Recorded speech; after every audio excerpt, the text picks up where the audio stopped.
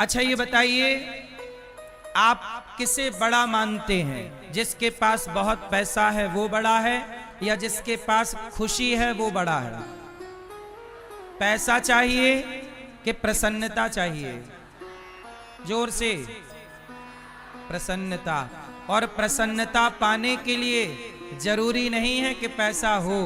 भगवान करें आप लोगों के पास खूब पैसा हो, खूब मेहनत कीजिए, खूब काम कीजिए, पैसा आएगा। लेकिन जीवन का सबसे बड़ा धन क्या है? पैसा कमाना जीवन का उद्देश्य नहीं, प्रसन्न रहना जीवन का उद्देश्य है। इसलिए आप कितने लोगों को प्रसन्न रहना है, तो मैं आपको एक उपाय बता सकता हूं। कहो तो बताऊं? मैया सुन लो मेरी माँ।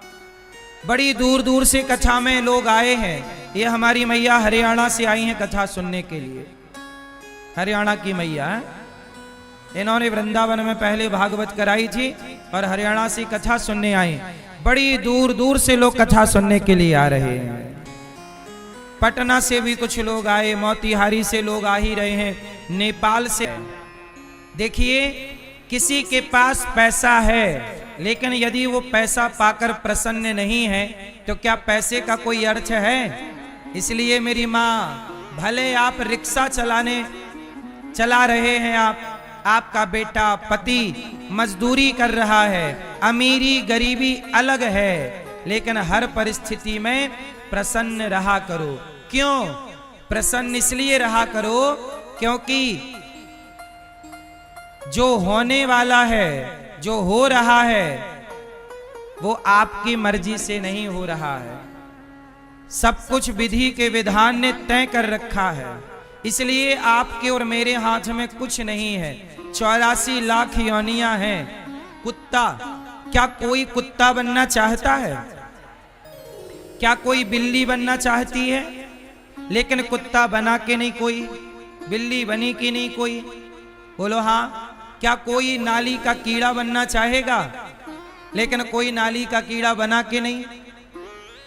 बोलो हाँ। कोई बंदर बना के नहीं, कोई चमगादड़ बना के नहीं।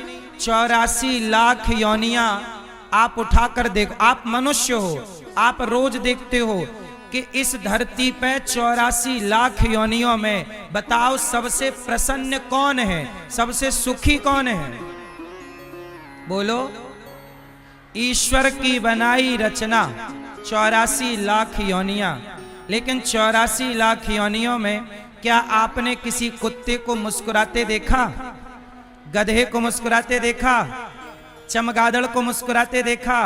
अरे मुस्कुराने का, कथा सुनने का, कीर्तन करने का, सेवा करने का ये मौका केवल भगवान ने मनुष्य को दिया है। इसलिए आप बड़े भाग्यशाली हैं कि ईश्वर ने 84 लाख योनियों से निकालकर आपको सुंदर जीवन दिया है। इसलिए आप कहते हो कि महाराज जी हमारा पड़ोसी 10,000 के जूते पहनता है। आप दुखी हो जाते हो कि हमारा पड़ोसी तो 10,000 वाले जूते पहनता है, हमारे पास तो चप्पल भी नहीं है। हमारा पड़ोसी तो 15 लाख की गाड़ी पर चलता है, हमारे पास तो साइकिल भी नहीं है। जब आप अपने से बड़े को देखते हो तो सदा आप दुखी होते हो। लेकिन मैं आपको कहूं कि आप कहते हो कि वो 10,000 के जूते पहनता है, आप उसे ना देखो जिसे 10,000 के जूते जो पहना है, आप उसे देखो जिसके पांव ही नहीं है चप्पल पहनने के लिए। कितने लोग ऐसे हैं जो चप्पल हाथ में पहन के घिसटते हैं? बोलो हाँ। कितने लोग ऐसे हैं जो चप्पल कहां पहनते हैं? हाथ में पहन के और घिसटते हैं। अपाहिज भैया इसको ना हिलाओ, उसको ना हिलाओ, है ना? कितने लोग ऐसे हैं जो हाथ में चप्पल पहन के घिसटते हैं और अपाहिज हैं, चलना चाहते हैं पर चल नहीं पाते। अब आप बताओ कि आप उनसे अच्छे हो ना जिनके पांव नहीं है चप्पल पहनने को? इसलिए कभी उसे ना देखो जो 10,000 के जूते पहनता है, सदा उसे देखो कि जिसके पास पांव नहीं है, उससे अच्छे हम हैं। जो दिया है विधाता ने, जितना दिया है, संतुष्ट रहकर खुश रहा करो उसमें। बहुत है। मुझे तुमने दाता बहुत कुछ दिया है, तेरा शुक्रिया है।